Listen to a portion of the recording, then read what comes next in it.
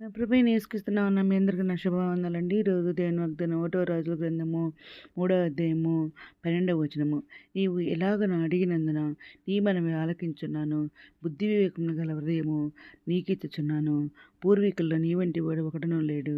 ఇక మీదట నీ వంటి వాడు ఒకడునూ ఉండడు అనే వాగ్దానం ఇచ్చండి. పరిశుద్ధాత్మీయుడు అర్ధరాత్రి లేసి ప్రార్థన చేసి నేను యేసుతులు చెల్లించి మరలా ప్రార్థన చేసి దేవుడిని ఉన్నప్పుడు దేవుడు ఏ వాగ్దానం ఇచ్చారండి. వెంటనే స్టేటస్ పెట్టిన చూడండి. ఇక్కడ దేవుడు మరి ఇక్కడ ఏమని అంటున్నారంటే మనం ఏదైనా కానీ మనం ఆలకించేది అనమాట. మనం బుద్ధి వివేకం గల హృదయం మనకు కావాలంటే అది కూడా ఇస్తానంటున్నారు. పూర్వీకుల్లో మన వంటి వాడు ఉండడు, ఇక మీదట మన వంటి వాడు ఉండడు అని చెప్పేసి అంటున్నారు అన్నమాట. దేవుడు ఈ ఈ వాగ్దానం ఎవరికి ఇచ్చారంటే మరి మన మరి మనకి ఇచ్చారన్నమాట దేవుడు. ఆయన మరి ఇక్కడ అంటున్నాడు చూడండి. నా దేవా యెహోవా, నీవు ఉన్న దేవుడు తండ్రి అయిన దావీదునకు బదులుగా నీ దాసుడైన నన్ను రాజుగా నియమించి ఉన్నావు. అయితే నేను బాలుడను, కార్యములు జరుపుటకు నాకు బుద్ధిశాలత అంటున్నారు. నీ దాసుడైన నేను నీకు మరి కోరుకుని నా జనుల మధ్య ఉన్నాను అంటున్నారు. వారు విస్తరించినందున మరి వారిని లెక్కపెట్టుటయు వారి విశాల దేశమును తనిఖీ చేయుటయు అసాధ్యమంటున్నారు. ఎంత గొప్పదైన నీ జన్మనకు న్యాయము తీర్చగలవాడు ఎవడు?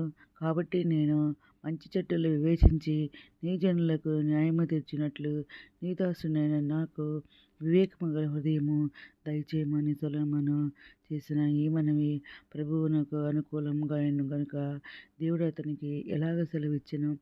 దీర్ఘాయువునైనను ఐశ్వర్యమునైనను నీ శత్రువుల ప్రాణమునైనను అడుక్క న్యాయములను గ్రహించుటకు వివేకము గల అనుగ్రహించుటని మరి నీవు అడిగితివి. నీవు ఎలాగని అడిగినందు నీ మనవి ఆలకిస్తున్నాను అంటున్నారు. బుద్ధి వివేకముల గల హృదయం నీకు ఇస్తున్నాను అంటున్నారు. పూర్వీకుల్లో నీ వంటి వాడు ఒకరు లేరు, ఇక మీదట నీ వంటి వాడు ఒకడు ఉండడు అంటున్నారు. మరియు నీవు ఐశ్వర్యమును ఘనతను ఇమ్మని అడగకపోయినను నేను వాటిని కూడా నీకు ఇచ్చున్నాను అంటున్నారు. అందువలన నీ దినములన్నిటను రాజుల్లో నీ వంటి వాడు ఒకడైనా ఉండడు అంటున్నారు. మరియు నీ తండ్రి అయిన దావీదు నా మార్గంలో నడిచి నా కట్టడలను నేను నియమించిన తరం అంతటిని గైకొన్నట్లు నీవు నడిచి వాటిని గైకొన్న యెడల నేను దీర్ఘాయుష్మంతునిగా చేస్తానని దేవుడు మాట్లాడుతున్నారు అన్నమాట. అంతలో సొలొమోనుకి మెలకువ వచ్చి మరి స్వప్నం అని తెలుసుకుంటారన్నమాట. పిమ్మట అతడు యెరూషలేమునకు వచ్చి యెహోవా నిబంధన గల మరి మందసము ఎదుట మరి నిలవబడి దహన బలులను సమాధాన బలులను అర్పించి తన సేవకులందరికీ విందు చేయిస్తారన్నమాట. ఈ విధంగా మరి ఈ వాగ్దానం మరి ఆనాడు సొలొమోన్ గారికి చిన్న వాగ్దానం ఈనాడు మనకి ఇస్తున్నారన్నమాట. దేవుడు మనకు బుద్ధి వివేకంలో మనసు మనకి ఇస్తానంటున్నారు. ఐశ్వర్యం గొప్పతనం ఆయన వల్లే కలుగుతుంది. సమస్తం ఏలువాడు ఆయనే, బలమందు పరాక్రమం ఆయన ధనములే, హెచ్చించేవాడు ఆయనే, అందరికీ బలం ఇచ్చేవాడు అక్కడ ఆయన అనమాట. ఆయన బలం మనకు చూపినట్లు భూలోకి మందుట అందుకే మనల్ని నియమించానంటున్నారు.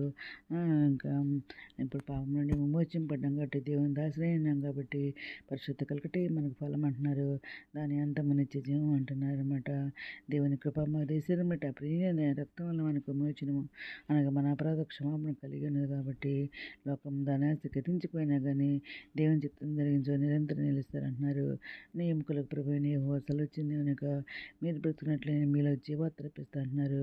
మీరు నేను మీ అందరూ నిలిచిన యెడల మీకు ఏది ఇష్టమో అది మీకు అనుగ్రహించబడతానని అడగమంటున్నారు. అది మీకు అనుగ్రహిస్తానంటున్నారు. అయితే ఆయన మన భక్తులు మనకు నీతి సుడు వదిస్తారంటున్నారు. తండ్రి రెక్కలు మనకు ఆరోగ్యం కలుగ చేస్తాయంటున్నారు. కనుక మీరు గోవిందుడు గంతులు వినట్టు గంతులు వేస్తారు అని చెప్పేసి దేవుడు మాట్లాడుతున్నారండి. నీవు నాకు సహాయం పడే వంటివి నీ యొక్క సండొచ్చి ఉత్సాహం చేస్తామని మనం ప్రార్థన చేస్తే తన ఉదయం గల వారిని బలపరచుటగా యువక దృష్టిలోకి మంది సంచారం చేస్తుంది. కాబట్టి యెహోవాను బట్టి సంతోషిస్తే ఆయన ఉదయం వాంఛలు తీర్చే దేవుడు. ఆయన మనల్ని నా చేతిలో చెక్కుని ఉన్నారు. నిత్యం మన ప్రకారం ఆయన ఎదుట అనమాట. మన శ్రమలో మనం యెహోవా మొరపెడితే ఆయన మనకు ఉత్తరం ఇచ్చే దేవుడు. మన బాధను తొట్టులేని మనం కాపాడకూడదు అనమాట. యెహోవా మనల్ని కాపాడవాడు.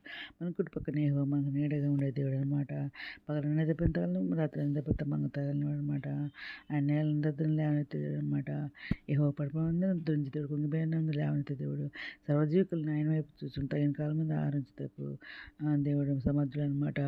యెహోవా నీతిమంతులను ప్రేమించాడు. యెహోవా ప్రదేశం కాపాడే దేవుడు అనమాట. యెహోవా బంధింపడి వారిని విడుదల చేస్తాడు అనమాట. తన యందు బ్రతుకువారికి తన కృపకరంగా పెట్టేవారిని యెహోవా ఆనందించే దేవుడు అయినాడు. ఆయన మనతో కూడా నివసించడం మనలో మరి ఉండును. దేవుడు తను అనుసరించి క్రీస్తున్న మహిమను ప్రతి అవసరం మనం తీస్తానని ఏదైనా మాట్లాడుతున్నారండి. బుద్ధి వేగంగా హృదయం మనకి ఇస్తానన్నారు, కంఠాయిస్తాను మనకి ఇస్తానన్నారు, ఆరోగ్యం కంటే ఆరోగ్యం ఇస్తామని అంటున్నారు. ఆయన పొందే మనకు స్వస్థతలు చేస్తానన్నారు. ఈ విధంగా అన్ని మన ఏదైనా ఇచ్చే దేవుడు మన దేవునికి కొత్త చెల్లించుకుంటూ ఈరోజు మనం ప్రార్థన చేసుకుందాం. అంత మంచి వాగ్దానం ఇచ్చిన దేవునికి కృతజ్ఞతలు చెల్లించుకుంటూ మహోన్నత శాశ్వత మందిరకరమైన నామానికి వెళ్ళదు స్తోత్రం ఎంతమంది ప్రపంచం ప్రతి ఒక్క బిడ్డని పేరు పేరు జ్ఞాపకం చేసుకున్నాను. ప్రతి ఒక్క బిడ్డ అవసరం తెచ్చిన నాకు తెచ్చిన కొరకలు తెచ్చండి. వీటిలో మంచి జరిగి దయచేయాలి దేవుని నిరుద్యోగులు ఉద్యోగాలు తెచ్చండి. ఆర్థిక పరిస్థితుల వరకు ఆర్థిక సహాయం తెచ్చండి.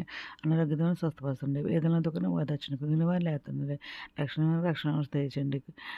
ఇతర రాని మెచ్చండి. మీద సత్తుబడ్డ గొప్ప చెప్పమని అతి ప్రభుత్వం బాగా తెచ్చమని మా ప్రభు పీరచండి. యేసుక్రీస్తు పరిశుద్ధమైన నామమున అడిగి పెట్టుకుంటూ ప్రార్థిస్తున్నాము తండ్రి.